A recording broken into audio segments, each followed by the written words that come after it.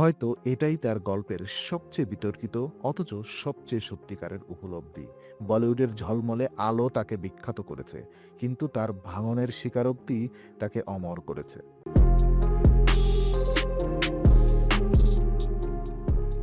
কি ঘটে যখন সেই নারী যার জীবনে আছে খ্যাতি, অর্থ, বিশ্বজোড়া সাফল্য হঠাৎ একদিন নিজের ভেতরে বেঁচে থাকার ইচ্ছাটুকু হারিয়ে ফেলেন?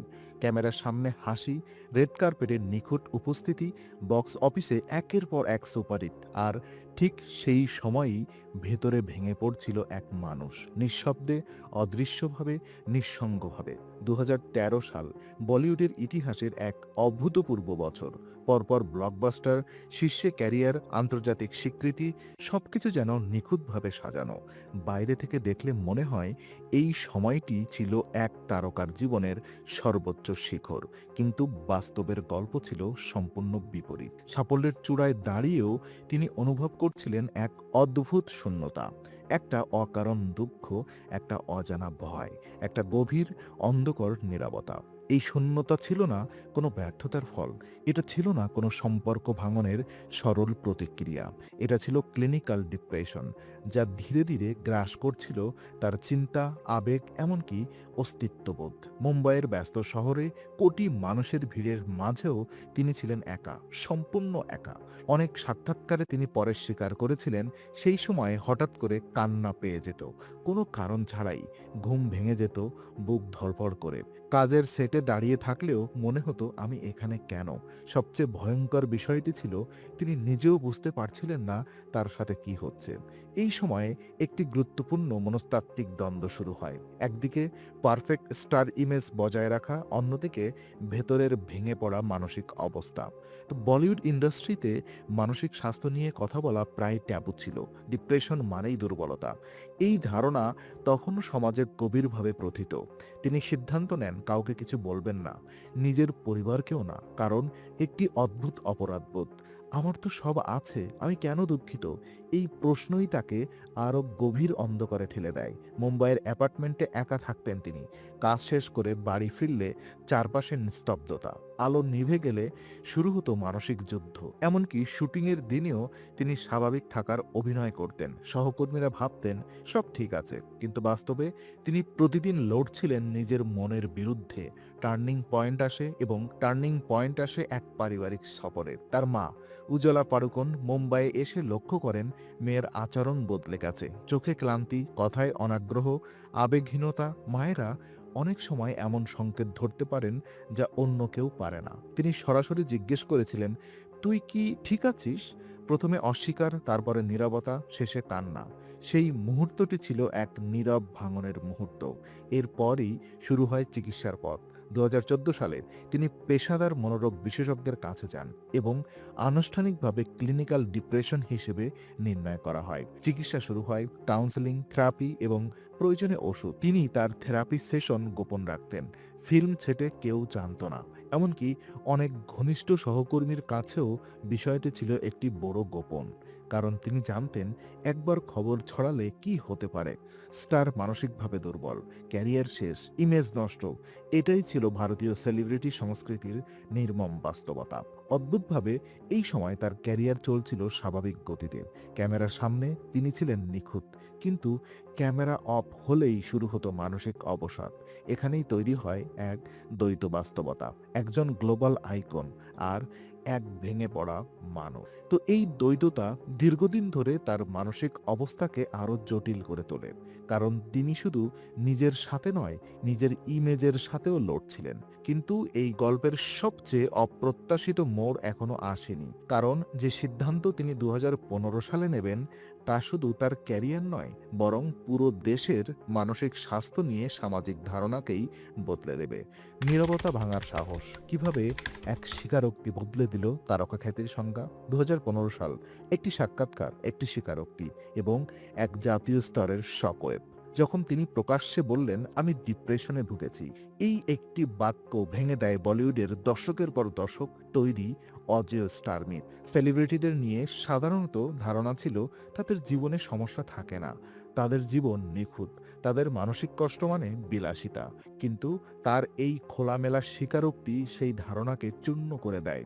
হঠাৎ করেই তিনি আর শুধু একজন অভিনেত্রী নন, তিনি হয়ে উঠলেন এক মানবিক মুখ, এক বাস্তব গল্প, এক সংগ্রামের প্রতীক। অনেক সমালোচক প্রথমে সন্দেহ প্রকাশ করেন। কেউ বলেন এটা কি পিআর স্ট্র্যাটেজি, কেউ বলেন ডিপ্রেশন নিয়ে কথা বলে সহানুভূতি অর্জনের চেষ্টা। এই বিতর্ক প্রমাণ করে সমাজ তখনও মানসিক অসুস্থতাকে পুরোপুরি বুঝতে প্রস্তুত ছিল না। কিন্তু তিনি থামেননি, বরং আরও বড় পদক্ষেপ নেন। তিনি প্রতিষ্ঠা করেন লাইভ লাভ লাভ ফাউন্ডিং, যার লক্ষ্য ছিল ডিপ্রেশন, স্ট্রেস এবং উদ্বেগ নিয়ে সচেতনতা বাড়ানো এবং কলঙ্ক দূর করা। এটি ছিল একটি কৌশলগত, সামাজিক এবং ব্যক্তিগত বিপ্লব, কারণ তিনি শুধু নিজের গল্প বলেননি, তিনি সেটিকে একটি আন্দোলনের রূপ দেন। বিশেষজ্ঞরা লক্ষ্য করেন তার স্বীকারোক্তির পর ভারতে মানসিক স্বাস্থ্য নিয়ে আলোচনার হার উল্লেখযোগ্যভাবে বেড়ে যায়। অনেক মানুষ প্রথমবারের মতো ডিপ্রেশন শব্দটি খোলাখুলি ব্যবহার করতে শুরু করেন। সোশ্যাল মিডিয়ায় হ্যাশট্যাগ নট অ্যাশেন ধরনের প্রচারণা এক নতুন সংস্কৃতি তৈরি করে। লজ্জা নয় স্বীকারোক্তি, গোপন নয় আলোচনা। এই পরিবর্তন তার পাবলিক ইমেজকেও নাটকীয়ভাবে বদলে দেয়। আগে দূরের গ্ল্যামারাস অপ্রাপ্য স্টার, পরে বাস্তব, সংবেদনশীল, সাহসী, মানবিক আইকন। মনোবিজ্ঞানীরা বলেন এই দুর্বলতার স্বীকারোক্তি তাকে আরও শক্তিশালী করে তোলে জনমানসে। পরবর্তীতে তিনি আন্তর্জাতিক প্ল্যাটফর্মেও মানসিক স্বাস্থ্য নিয়ে কথা বলতে শুরু করেন। বিশেষভাবে উল্লেখযোগ্য তার উপস্থিতি ওয়ার্ল্ড ইকোনমিক ফোরাম এর দাভোস সম্মেলনে। সেখানে তিনি মানসিক স্বাস্থ্য সচেতনতার জন্য সম্মাননা পান। এটি শুধু ব্যক্তিগত স্বীকৃতি ছিল না, এটি ছিল একটি সাংস্কৃতিক পরিবর্তনের প্রতীক। তিনি স্পষ্টভাবে বলেন সাফল্য ডিপ্রেশনকে প্রতিরোধ করে না। এই বক্তব্য বিশেষভাবে গুরুত্বপূর্ণ ছিল উচ্চ চাপযুক্ত পেশাজীবী শিল্পী এবং কর্পোরেট কর্মীদের জন্য। তার এই যাত্রা ব্যক্তিগত সম্পর্কেও প্রভাব ফেলে। পরে তার জীবনসঙ্গী রণবীর সিং একাধিক সাক্ষাৎকারে উল্লেখ করেন মানসিক স্বাস্থ্য সম্পর্কে তার সচেতনতা সম্পর্ককে আরও গভীর করেছে। একটি বিতর্কিত কিন্তু বাস্তব দিকও এখানে রয়েছে। ডিপ্রেশন থেকে বেরিয়ে আসার পর তার অভিনয়ের গভীরতা নিয়ে নতুন আলোচনা শুরু হয়। অনেক সমালোচক দাবি করেন তার পরবর্তী অভিনয়ে আবেগের স্তর আরও পরিণত এবং অন্তর্মুখী হয়ে ওঠে, যেন ব্যক্তিগত যন্ত্রণা শিল্পে রূপান্তরিত হয়েছে। এখানেই তৈরি হয় রিডিফাইন স্টারডম। আগে স্টারডম মানে ছিল গ্ল্যামার, সাফল্য এবং নিখুঁত ইমেজ, আর এখন তার ক্ষেত্রে স্টারডম মানে সত্য, সংগ্রাম এবং মানবিকতা। 2025 সালে ভারত সরকার স্বাস্থ্য মন্ত্রণালয়ের পক্ষ থেকে তার মানসিক স্বাস্থ্য সচেতনতার প্রতীকী মুখ হিসেবে নিযুক্ত করা হয়, যা প্রমাণ করে তার প্রভাব শুধু বিনোদন জগতে সীমাবদ্ধ নয়, বরং নীতি নির্ধারণী পর্যায়েও পৌঁছেছে। আজও তিনি বলেন ডিপ্রেশন সম্পূর্ণভাবে চলে যায় না, বরং এটি একটি চলমান ব্যবস্থাপনা প্রক্রিয়া।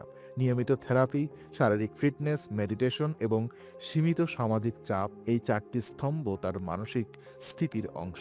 সবচেয়ে বড় পরিবর্তনটি ঘটেছে দর্শকদের মনে। মানুষ এখন বুঝতে শুরু করেছে একজন সফল নারীও ভেঙে পড়তে পারেন, একজন তারকাও কাঁদতে পারেন, একজন আইকন মানসিক যুদ্ধে পরাজিত হতে পারেন, আবার উঠে দাঁড়াতেও পারেন। এই গল্পের সবচেয়ে গভীর সত্যটি হলো ডিপ্রেশন তার ক্যারিয়ার ধ্বংস করেনি, বরং এটি তার স্টারডমকে নতুন সংজ্ঞা দিয়েছে। আজ যখন আমরা তার রেড কার্পেট উপস্থিতি দেখি বা তার আন্তর্জাতিক স্বীকৃতি দেখি, তখন আমরা শুধু একজন অভিনেত্রীকে দেখি না, আমরা দেখি একটি নীরব যুদ্ধের বিজয়ীকে, একটি সামাজিক ট্যাবু ভাঙার সাহসী কণ্ঠকে, একটি প্রমাণকে যে মানসিক স্বাস্থ্য কোনো দুর্বলতা নয়। কারণ শেষ পর্যন্ত গ্ল্যামার ক্ষণস্থায়ী, খ্যাতি পরিবর্তনশীল, কিন্তু নিজের অন্ধকারের মুখোমুখি হওয়ার সাহস, সেটাই একজন মানুষের প্রকৃত শক্তি। এবং হয়তো এটাই তার গল্পের সবচেয়ে বিতর্কিত অথচ সবচেয়ে সত্যিকারের উপলব্ধি। বলিউডের ঝলমলে আলো তাকে বিখ্যাত করেছে, কিন্তু তার ভাঙনের স্বীকারোক্তি তাকে অমর করেছে।